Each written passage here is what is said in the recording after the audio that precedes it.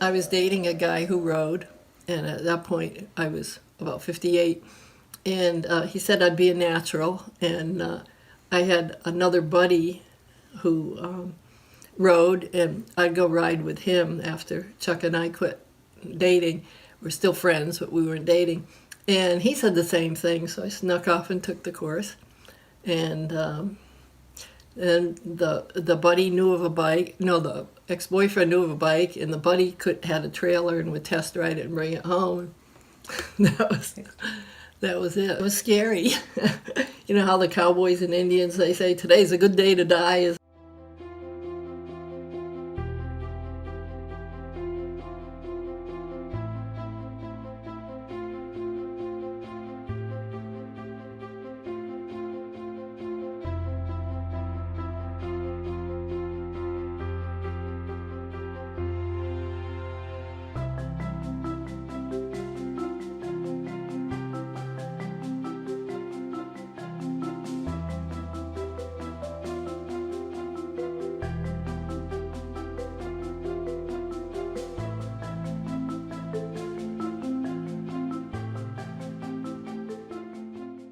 Why do you think you were so independent?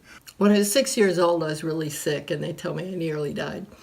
And from then on, anything I wanted to do, Mom would say, "You can't do that. You can't do that." Well, it wasn't especially that you didn't have permission. She's afraid I get sick again.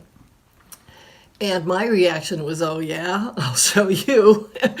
So it's more she was saying I wasn't capable of it, and so I just had this automatic reaction that yeah, I can do it.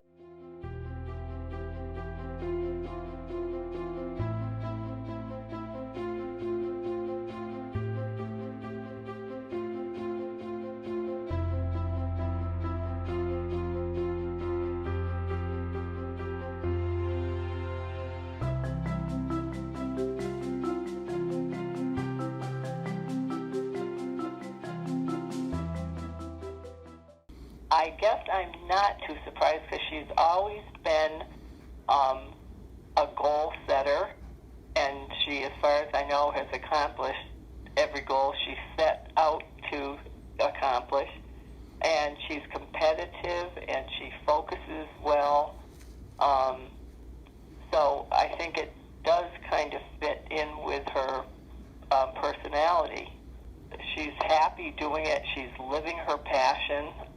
And I know she's happy to have achieved such a big goal as far as her mileage and then all her contributions. Because anything she does like 200%. And as far as I can remember, she's always been like that. If she's interested in something, she really accomplishes a lot. Got married just before I left town, and our honeymoon was a trip to Fort Benning. Reg was a lieutenant in the Army.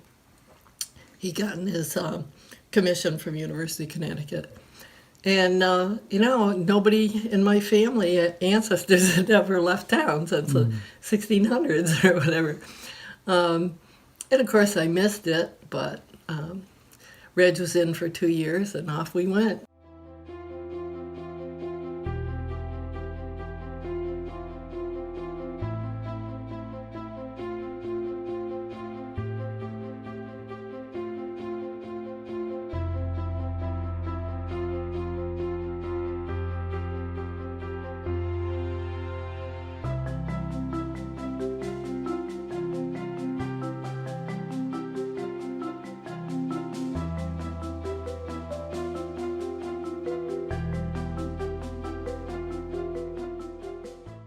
How do you think that changed you? That lifestyle, traveling and uprooting, and waiting for your husband to come back from military service. Well, I probably was always independent, and it made me more dependent. Funny story that connects with Ellsworth. I was at a woman's event at Fort Chaffee, Arkansas, and this woman came up to me and asked if I was Muriel Magee, and I said, yeah. And she said something about she was Elaine, and it was Miss Coccione from high school. And she'd married a military officer, and I wish I could remember her last name. So it's like a small world. But so we got together a few times while we were there. It's a great way to keep all the stuff down in your house because you weed out before you move and you weed out when you move in. And you got to meet new people. The military life, it was instant social life, instant friends, and your neighbors became your family.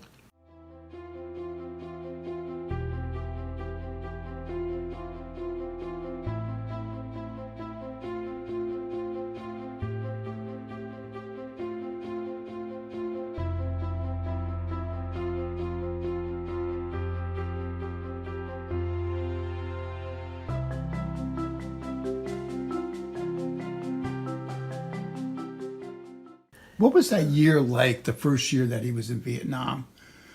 Oh, well, it was scary. There was a What year was that? 67. And there was the Red Cross had a Vietnam Wives Club, which really helped. We met, I think, every other Wednesday, if I remember right. And, you know, civilian friends would say, oh, you poor thing, and, you know, and all this stuff. And that's not what you wanted to hear. And other military wives were in the same boat. And it really helped to be with them. We had fun, we laughed. Nobody's husband that I remember was wounded or killed. But we were support for each other. And we spoke the same language.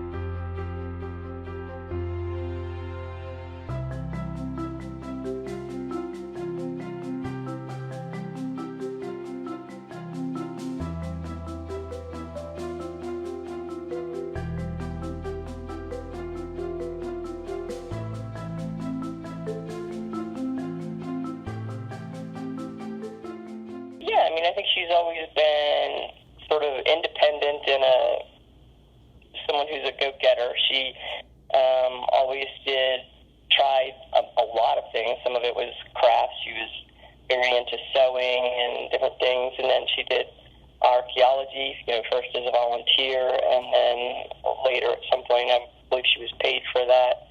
And as kids, our family vacations were camping and go on 3-day canoe trips, floating down, say, the Missouri River.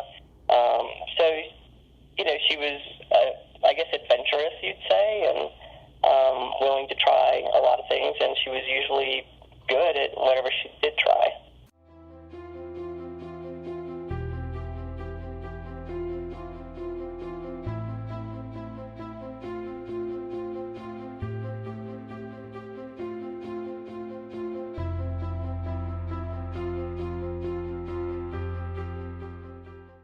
Mom, we weren't raised to worry about you. And I wasn't sure if that was a compliment or an insult. And I think I followed up a few years later, and you know, it was supposed to be a compliment, I guess. Yes. When I first told him I got my license, the girls thought it was cool. And Dan said, what? You wouldn't let me even keep a motorcycle in your yard when I lived with you. And I said, yeah, I lived my life. You haven't. But they, every once in a while, it sounds like, you know, they're impressed or something. I'm not sure. Yes. It's starting to dawn on me that some of what I've done is special.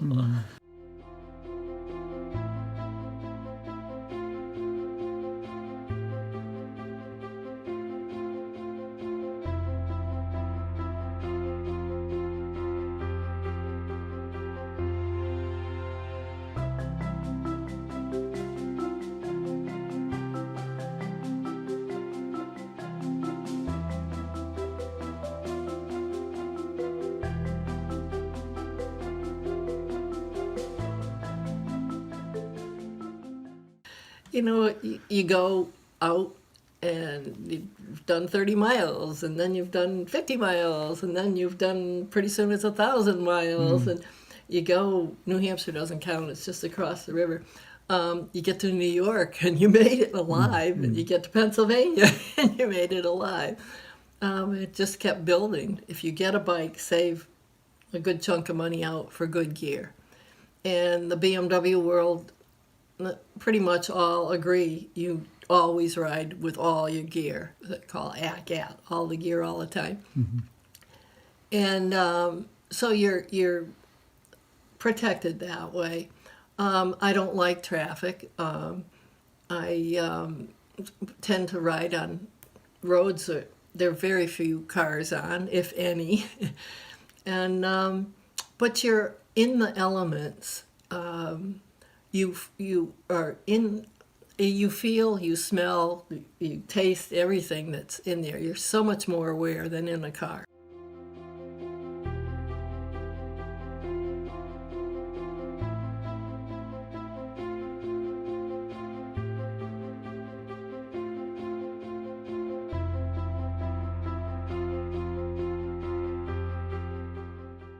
Where do you go to the bathroom? You know, Every once in a while behind a tree, but most of the time there are too many snakes in some parts of the country and ticks, and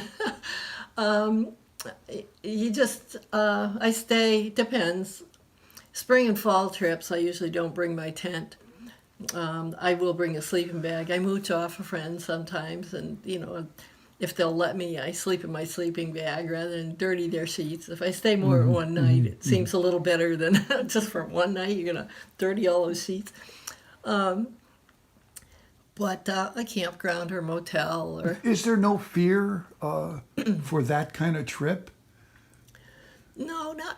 I mean, the first time, yeah, I didn't know if I'd ever get back. I remember the first time I came back from a lengthy trip and saw the sign, "Welcome to Vermont." It's, yeah, I made it.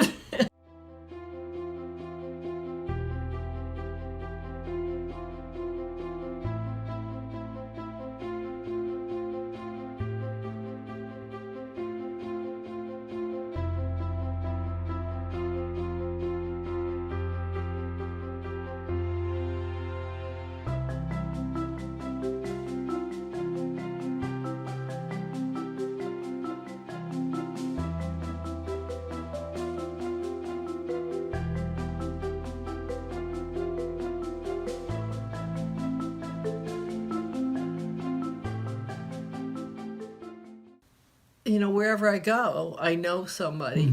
The National Club, I spent 9 years on the board with them. It just, you see these people at the rallies, and I stay with some of them. They stay with me or whatever. It's a network that's people, you speak the same language.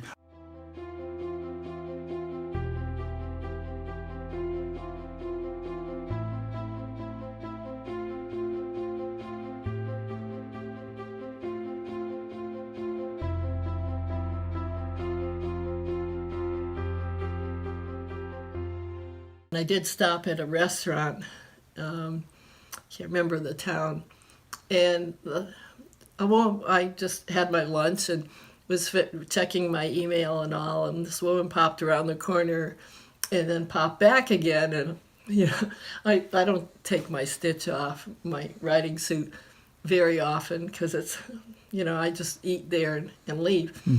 And as I'm leaving, she said something about, "Oh, where are you from?" And I said, "Vermont." And, "Oh my gosh, and that's a long way." I said, "Well, I've been to the West Coast." This was, I think, in Indiana. And she was excited. Well, she was the owner, I guess, along with her son.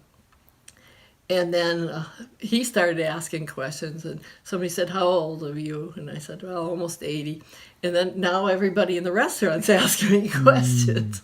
And they're all really friendly and all. They're all helpful, and but it's fun to interact with the people, and you can tell you're bringing joy to them. So it's a two-way street there. I like meeting the local people.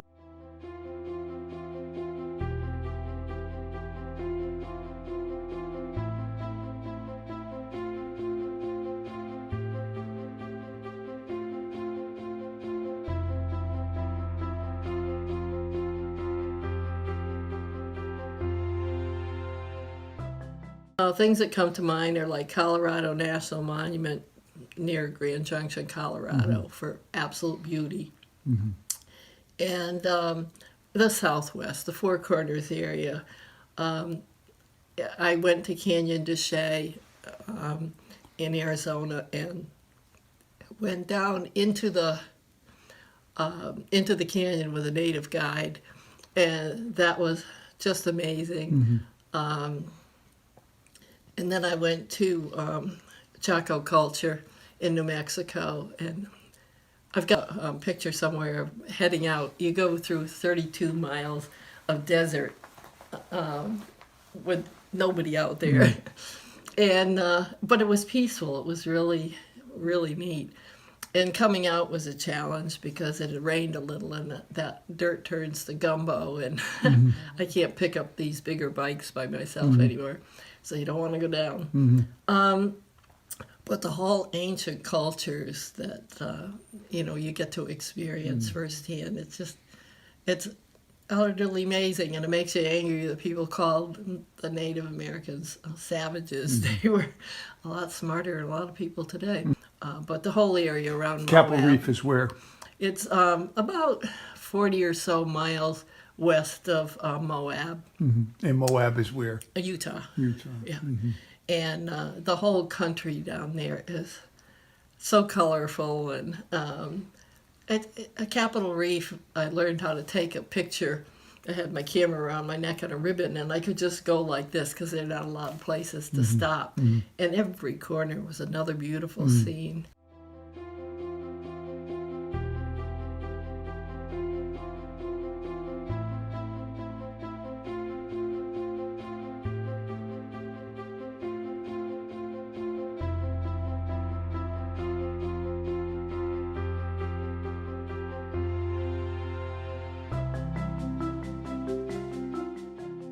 What advice do you have for people who haven't really experienced our country? Oh, I mean, if you're at all curious, there's some places you want to see, and pick those. And I mean, places like Yellowstone, I guess you're supposed to. Most everybody wants to go to Yellowstone. I don't care if I ever go back there. The tourists drive you nuts. They stop in the middle of the road without signaling. Even if a grizz cub just went by and where's Momma? You can't roll up your windows on a motorcycle. Places you read about, probably in school and maybe National Geographic or whatever. It's really nice to see them. I don't know, I just like, I hear about roads to ride, and so if I'm in an area, I make sure I ride those roads and then find my own. The GPS is great at finding you new roads. Sometimes you wish they didn't, but it's taking the shortest way from where you are to your destination can be very interesting. I cannot imagine anyone being a better representative and recipient of the Friend of the Mark. Over the past 20 years, your dedication to the sport has been nothing short of spectacular. To think that your journey on two wheels began just 21 years ago, and since then you have not only ridden 300,000 plus miles on BMW motorcycles, but you've also helped so many fellow members along the way.